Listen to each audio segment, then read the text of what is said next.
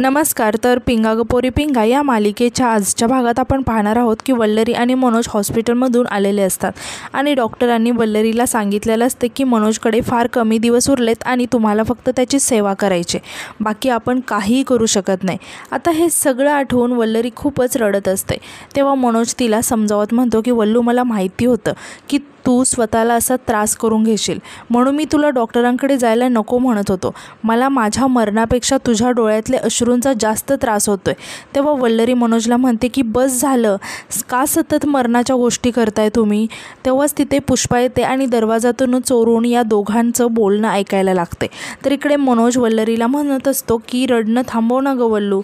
आता हे ऐकून पुष्पा म्हणतच म्हणते की वल्लरीला कळलं की मनोज भाऊजींच्या मरणाबद्दल, म्हणजे मनोज भाऊजींचं गुपित राहिलंच नाही. माझ्यासाठी ही धोक्याची घंटा आहे, असं म्हणून ती जरा टेन्शनमध्ये येते. तर इकडे मनोज वल्लरीला म्हणतो की मला माहिती आहे की तुला ही गोष्ट मान्य नसणार, आणि तो वल्लरीला म्हणतो की थांब, तुला एक गोष्ट द्यायची. असं म्हणून मनोज कपाटातील काही पेपर्स घेऊन येतो आणि वल्लरीला दाखवत म्हणतो की मला माफ कर, घरामध्ये एवढी मोठी वकील असताना हे बनवण्यासाठी दुसऱ्या वकिलाला गाठावं लागलं मला. तेव्हा वल्लरी आश्चर्याने विचारते की काय आहे हे. तेव्हा मनोज सांगतो की हे बघ, मी माझी सगळी प्रॉपर्टी तुझ्या नावावर केली आहे. हे ऐकून वल्लरी खूप शॉक होते आणि मनोजला म्हणायला लागते की अहो, काय गरज होती, वेळ लागलं आहे का तुम्हाला, का असं वागताय तुम्ही. तेव्हा मनोज म्हणतो की आता तुला हे सगळं ॲक्सेप्ट करावंच लागणार आहे वल्लू. मला माहिती आहे की तू आईला अंतर देणार नाहीस, पण तरीही तिच्या नावावर मी 7 लाखांची एफ.डी केली आहे. बाकी माझं जे काही आहे ते सगळं तुझंच आहे. मी गेल्यावर माझं ऑफिस तसंच सुरू राहील आणि दर महिन्याला तुला एक ठराविक अमाऊंट मिळत राहील. मी गेल्यावर तुला कधी पैशांची उणीव भासणार नाही. हे सगळं ऐकून वल्लरीला खूप वाईट वाटतं आणि ती खूप रडायला लागते आणि मनोजला मिठी मारते आणि म्हणते की नको आहे मला हा पैसा, प्रॉपर्टी काहीच नको आहे. माझी काळजी घेण्यासाठी मला इथे तुम्ही हवे आहात माझ्यासोबत. हे प्रॉपर्टी वगैरे हे सगळं तुमची जागा नाही भरून काढू शकत. ते काही नाही, आता मरणाच्या गोष्टी नाही काढायच्या. हे आज शेवटचं बोललात तुम्ही. मी तुम्हाला काही होऊ देणार नाही. माझी खात्री आहे की तुम्हाला काहीच होणार नाही. आपण सेकंड ओपिनियन घेतोय. माझा या डॉक्टरवर आता विश्वासच नाही आहे. बस. आता हे ऐकून पुष्पा खूपच घाबरून जाते आणि म्हणते की वल्लरी मनोज भाऊजींना घेऊन दुसऱ्या डॉक्टरकडे जाणार आहे. नाही, मी असं नाही होऊ देऊ शकत, असं म्हणून ती तिथून निघून जाते. तर यानंतर आपण पाहतो की पुष्पाने अण्णा केदारला फोन केलेला असतो आणि ती रागातच म्हणते की तुम्हाला लवकर फोन उचलायला काय होतो, इकडे जीव गळ्याशी आलाय माझा, आणि म्हणते की सगळं संपणार आहे आता. तेव्हा अण्णा केदार रागात म्हणतो की उगाच विषय वाढवू नको पुष्पे, काय झालं ते सांग नक्की. तेव्हा पुष्पा सांगते की त्या वल्लरीला मनोज भाऊजी यांच्या आजाराबद्दल सगळं कळलं आहे. तेव्हा अण्णा केदार म्हणतो की हां मग. यावर पुष्पा त्यांना म्हणते की ऐकलं का तुम्ही नीट, कळलंय वल्लरीला सगळं आणि ती आता भाऊजींना दुसऱ्या डॉक्टरांकडे घेऊन जाणार आहे आणि तिला सगळं खरं कळेल आता. आणि असं सगळं झालं ना तर आपलं काय होईल माहिती आहे ना. तेव्हा अण्णा केदार म्हणतो की हो, आलं माझ्या लक्षात. आणि पुष्पा, तू कशाला काळजी करतेस गं. हा अण्णा केदार काय खेळ खेळणार आहे ना ते फक्त बघच तू.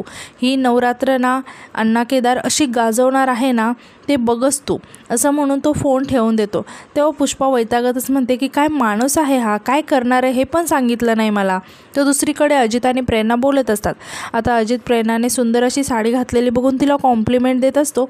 तर प्रेरणासुद्धा अजितला खूप छान टी-शर्ट दिसतोय म्हणून सांगत असते आणि दोघेही एकमेकांना मस्त कॉम्प्लिमेंट्स देत असतात. आता अजित प्रेरणाला म्हणतो की प्रेरणा, तू वरून जरी मॅच्युअर दिसलीस ना तरी तुझ्यामध्ये एक छोटं मूल दडले. तेव्हा प्रेरणा आश्चर्याने विचारते की का रे असं बोलतोय. तेव्हा अजित म्हणतो की त्या वल्लरीला मोठ्या तोऱ्यात म्हणालीस ना गं की आम्ही आज येणार नाही, उद्या येतोय, आणि आज आपण आजच चाललोय. तेव्हा प्रेरणा म्हणते की पण याला खोडकरपणा नाही तर सरप्राईज देणं म्हणतात. त्यांना कसं वाटणार की आपण येणारच नाही, पण अचानक आपण दोघं जेव्हा दिसू त्यांना तेव्हा वल्लरीच्या चेहऱ्यावरचा जो आनंद येईल ना तोच बघायचा आहे मला. आणि म्हणते की बघ ना अजित, किती दिवस झाले आपली वल्लरी मनापासून हसलीच नाही रे. तेव्हा अजित म्हणतो की खरं आहे गं, त्या दोघांमध्ये प्रॉब्लेम सॉर्ट आउट व्हायलाच पाहिजेत. आणि म्हणतो की मी तर आता ठरवलं आहे की मनोजशी आज बोलणार मी आणि त्याला माफीचा साक्षीदार व्हायला सांगणार. आपल्या संसारापेक्षा महत्त्वाचं दुसरं काही असतं का. तितक्यात अजितला कुणाचा तरी फोन येतो आणि फोनवरचं बोलणं ऐकून अजित खूप टेन्शनमध्ये येतो आणि म्हणतो की ठीक आहे, तुम्ही नका टेन्शन घेऊ, मी लगेच निघतो, असं म्हणून तो फोन ठेवून देतो. तेव्हा प्रेरणा अजितला घाबरून विचारायला लागते की काय झालं अजित. यावर अजित सांगतो की माझी ती पुण्याची आत्या आहे ना, ती ना बाथरूममध्ये पाय घसरून पडली, तिला हॉस्पिटलमध्ये ॲडमिट केलं अगं. तिच्या मेंदूला फटका लागलाय असं म्हणाले डॉक्टर. तेव्हा प्रेरणा खूप टेन्शनमध्ये येते. आता अजित म्हणतो की प्रेरणा तुला माहिती आहे ना, तिला माझ्याशिवाय कोणीच नाही आहे. पोटच्या मुलासारखं सांभाळलं आहे अगं तिने मला तर जावंच लागेल. तेव्हा प्रेरणा म्हणते की बरोबर बोलतोयस तू अजित, तुला जावं लागेल. आणि म्हणते की आपण लगेचच कपडे चेंज करून पुण्याला जायला निघूया. तेव्हा अजित म्हणतो की नको, मी तिकडे गेलो तर कॅफेकडे कोण लक्ष देणार, आणि मला माहिती नाही आहे की तिकडे मला किती दिवस थांबावं लागेल. आणि आपण वल्लरीकडे जात होतो ना, तर तू तुझा प्लॅन नको कॅन्सल करू अगं, तू जा एकटी तिकडे. वल्लरीला तिकडे तुझी जास्त गरज आहे. तेव्हा प्रेरणा अजितला समजावत म्हणते की तू नको काळजी करूस, मी जाऊ शकते. आणि हे बघ अजित, आत्ताच नेमकं हे असं काहीतरी आपल्या कानावर आले. आता माझा मूड नाही आहे. मी एक काम करते, मी उद्या सकाळी जाते तिच्याकडे, पण तू आता पटकन बॅग भर आणि पुण्याला जायला निघ. तर दुसरीकडे वल्लरी देवीची पूजा करत असते. तेव्हाच इंदुताई पुष्पाला आवाज देऊन म्हणतात की पुष्पा, आरतीची वेळ झाली आहे, या लवकर आरतीचं थाळी आण. तर आता तेजासुद्धा तिथे आलेली असते आणि ती प्रेरणाला फोन करण्यासाठी बाहेर जाते. मात्र तेजाचा फोन प्रेरणा काही उचलत नाही. तेव्हा तेजा वैतागत म्हणते की ही फोन का उचलत नाही, आरतीची वेळ झाली आहे. तर यानंतर सगळे मिळून आता देवीची आरती करतात. आता वल्लरी आरती करत असतानाच देवीकडे बघून मनातच म्हणते की देवी आई, तू आई आहेस ना गं सगळ्यांची, मग या लेकीचे अश्रू तुला दिसत नाहीत का? माझ्या घरावर संकट आलं आहे, त्यातून आता तूच मला मार्ग दाखव. जे काही संकट यायचं आहे ना, ते माझ्यावर येऊ दे, पण यांना काही त्रास होऊ देऊ नकोस. यांच्या आजारपणात नेमकं काय करायचं आहे हे मला खरंच काहीच कळत नाही आहे. देवी आई, मला माझ्या नवऱ्याच्या जीवाचं दान दे. मला वचन दे की तू माझ्या नवऱ्याच्या जीवावरचं हे संकट दूर करशील आणि मला अखंड सौभाग्यवतीचा आशीर्वाद देशील. मला कौल दे आई. तेव्हाच वल्लरीच्या पुढ्यात देवीजवळील एक फूल पडतं. हे बघून आता वल्लरी खूप खुश होते आणि तिला काहीतरी मार्ग मिळतो. तर इकडे रघु प्रेरणासाठी पार्सल घेऊन आलेला असतो. तेव्हा प्रेरणा विचारते की कसलं पार्सल आहे. तेव्हा म्हणतो की जेवणाचं पार्सल. यावर आता प्रेरणा म्हणते की जेवणाचं पार्सल कशाला पाठवायचं, मी स्वयंपाक करणारच होते आता. तेव्हा अजित म्हणतो की ते मला नाही माहिती, तुम्ही ते सरांनाच विचारा. तेव्हा प्रेरणा लगेच अजितला फोन करायला लागते. मात्र अजितचा फोन काही लागत नाही. तेव्हा प्रेरणा खूप टेन्शनमध्ये येते आणि परत स्वतःला सावरत म्हणते की प्रेरणा, तू पण ना ट्रॅव्हलिंगमध्ये असेल, रेंज नसेल त्याला.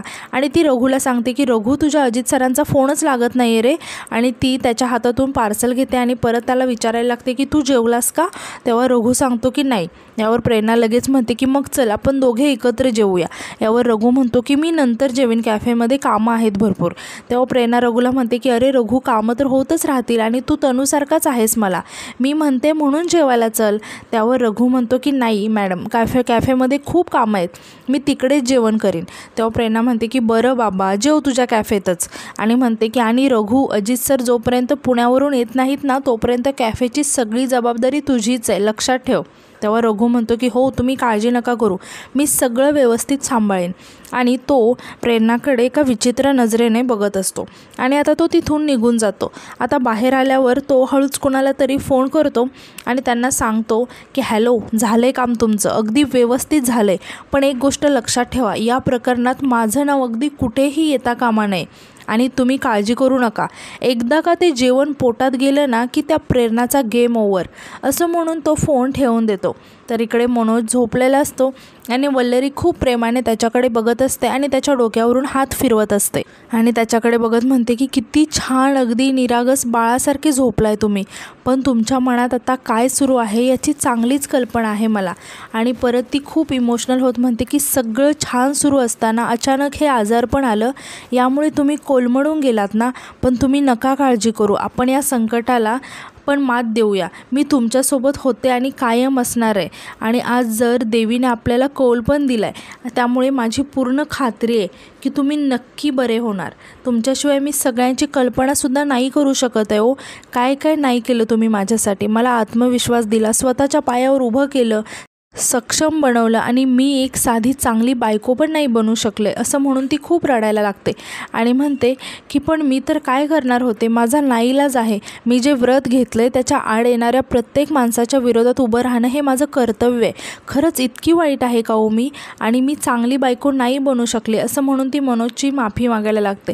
आणि आजचा एपिसोड इथेच संपतो. तर उद्याच्या एपिसोडमध्ये आपण असं पाहणार आहोत की प्रेरणा रघुने आणलेले ते जेवण खाऊन बेशुद्ध झालेले असते आणि आता ती शुद्धीवर आल्यावर तिला थोडं पुसट समोर कोणीतरी दिसायला लागतं आणि ती त्याला विचारायला लागते की तू कधी आलास अजित, मला सांगितलं का नाही. आणि डोक्याला हात लावत म्हणते की मला ना खूप कसं तरी होतंय. असं म्हणून ती उठायला लागते तर तिचा तोल जातो आणि ती खाली कोसळणारच. तेव्हाच तो माणूस तिला सावरतो आणि आजचा एपिसोड इथे संपतो. तर हा माणूस नक्की कोण आहे? हा अण्णा केदार आहे का? आणि हा रघु अण्णा केदारचाच माणूस आहे का? हे आपल्याला येणाऱ्या काही भागात नक्कीच समजेल. तर तुम्हाला आजचा एपिसोड कसा वाटला हे कमेंटमध्ये नक्की सांगा आणि उद्याच्या नवीन एपिसोडसाठी आपल्या चॅनलला सबस्क्राईब करा. धन्यवाद.